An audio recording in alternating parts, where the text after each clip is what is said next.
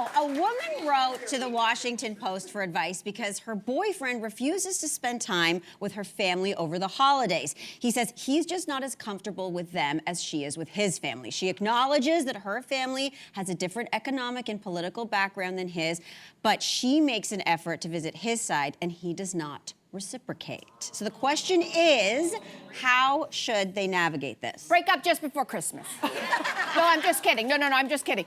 I think, listen, this is going to be a group effort, but I actually think the effort starts with her. She is the bridge between both her partner and her family. She needs to have a sit down with like an adult with both her partner, and she has to say, listen, we don't see them a lot. I'm asking one small thing of you. It's important for me, for all of us to be together at the holidays. This is one small ask. If he can't do this, this is the beginning of the end for them. So that's part one. Part two, she does have to have a chat with her family.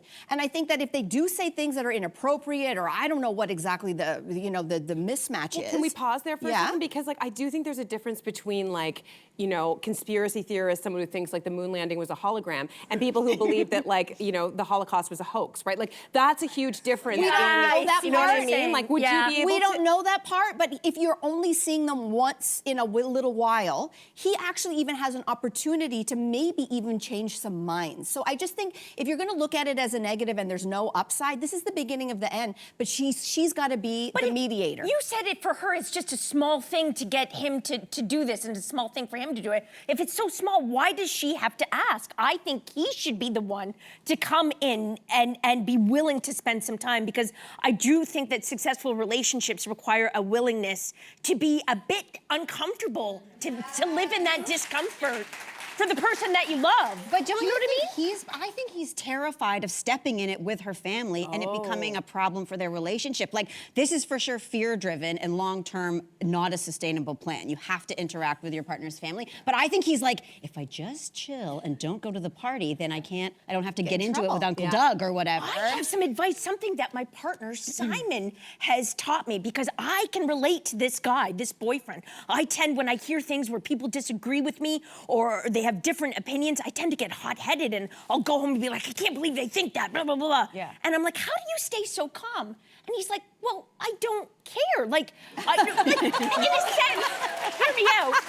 But he's so confident and comfortable in his ideologies and the way that he thinks that he doesn't have that urge to have to prove himself or convert someone to the way that he thinks. So he would just be able to sit, I'm just trying to picture this Yeah. with somebody across, Uncle Bob, I think he said, or something like he's that, the problem. who's starting to say stuff maybe a conspiracy theory, maybe something In fact, homophobic something like or that is racist. happening multiple times. Okay, so how does he handle it? He does exactly that thing. He will maybe use the lost art of rhetoric, which used to be considered art, and try to have a meaningful conversation with them. But otherwise, he will listen. He will listen and be fascinated. Really.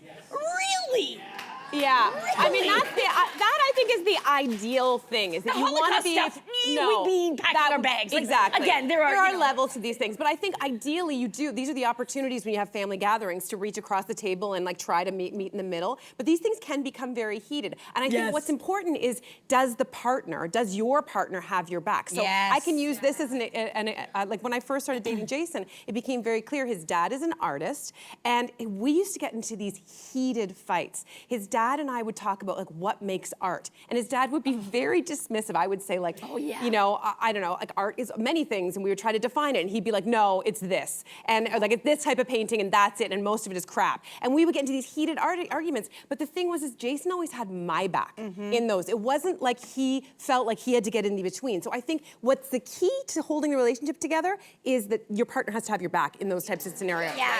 But I also think it's picking, absolutely, but that's asking a lot also, because that's his dad. I know. Right? But it is he asking happened a lot. to agree. He happened to agree. But I also think to your point about Simon, it is also about your partner. This is a wonderful test for your relationship. Yeah. If you stay together long term, this is going to be your family. You cannot avoid things you don't like for the rest of your life. No, and then kids show up. You gotta figure it out. What are you going to talk about in the car ride home? You're going to complain about all the that's rules. Such a joy of the holidays. Oh, so it's good. the spirit of the season. Holidays. Yes. Gossiping about your family. Yes.